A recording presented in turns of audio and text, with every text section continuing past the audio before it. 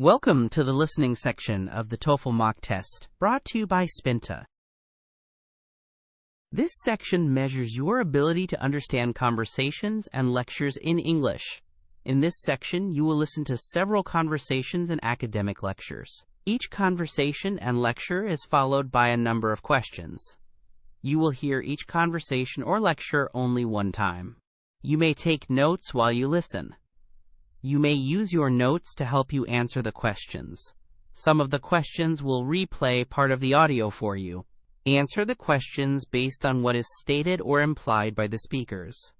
You must answer each question before moving on. You cannot return to previous questions in this section.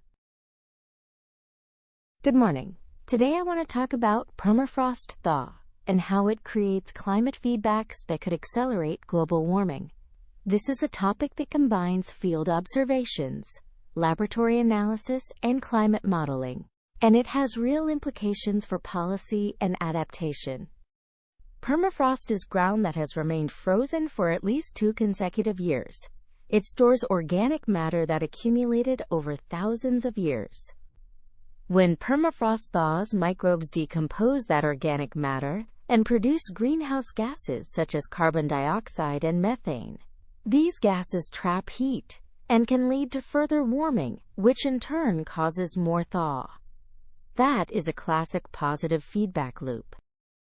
To give you a sense of scale, permafrost contains almost twice as much carbon as the atmosphere. That makes the permafrost system potentially one of the largest slow-moving carbon pools on the planet. It is not just the total amount that matters, but the rate at which it is released. There are different forms of permafrost and different vulnerabilities. For example, Yadoma deposits in Siberia and Alaska are ice-rich and exceptionally carbon-dense. When Yadoma thaws, it can form thermokarst landscapes and even collapse. These abrupt transitions can release carbon very quickly compared to gradual thaw. We study these processes with several complementary methods. Field teams drill boreholes and take soil cores to measure carbon content and microbial activity. Laboratory incubations tell us the ratio of methane to carbon dioxide that is produced under different moisture and temperature conditions. Remote sensing and ground-based geophysics help us monitor landscape change over large regions. INSAR is especially useful for detecting ground subsidence associated with thaw. One useful case study comes from northern Alaska, where researchers observed increased thermokarst formation after a period of unusually warm summers and a major tundra fire. The fire removed insulating vegetation and organic mat layers. As a result, the ground warmed faster the following year, and previously stable permafrost began to degrade. Measurements showed a spike in methane emissions from newly formed ponds. Another example is the observed release of methane from thawing submarine permafrost on continental shelves. As sea level rose after the last glacial maximum, some permafrost became submerged. Warming bottom waters melt that permafrost, and in some locations, methane seeps have been recorded on the seafloor. These are local signals that could add up if widespread. Modeling permafrost carbon feedback is challenging. Earth system models need both good process representations and reliable observations for calibration. Shortcomings include uncertain microbial responses to warming and difficulty representing abrupt thaw processes such as thermokarst formation and lateral erosion. Models that ignore abrupt thaw tend to underestimate potential emissions. From a policy perspective, the issue is twofold. First, reducing global emissions lowers the probability of extensive permafrost loss. Second, we need better monitoring networks and targeted mitigation in vulnerable regions. For example, preserving vegetation cover and avoiding infrastructure that disturbs the active layer can reduce local thaw. In coastal zones, protective measures can limit erosion that exposes deep permafrost. In summary, permafrost thaw represents a potentially large source of greenhouse gases. Because of the vast carbon pool it contains, and because of processes that can accelerate release. Combining field studies, case histories, remote sensing, and improved models gives us the best chance to quantify this feedback and to design effective responses.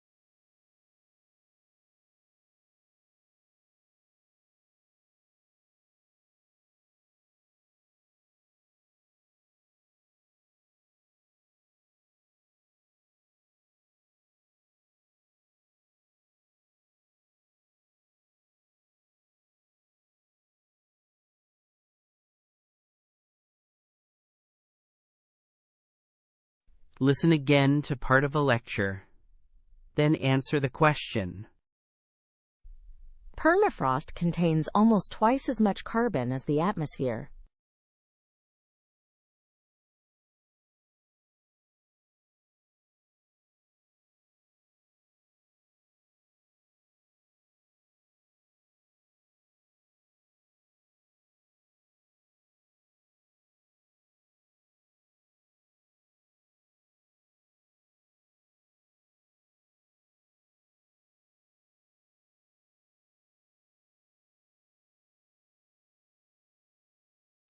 For more TOEFL mock tests, as well as IELTS and Cambridge practice, visit www.spinta.org. We provide updated tests every single day, AI feedback for your speaking and writing responses, and access to a wide range of high-quality mock tests to help you prepare with confidence.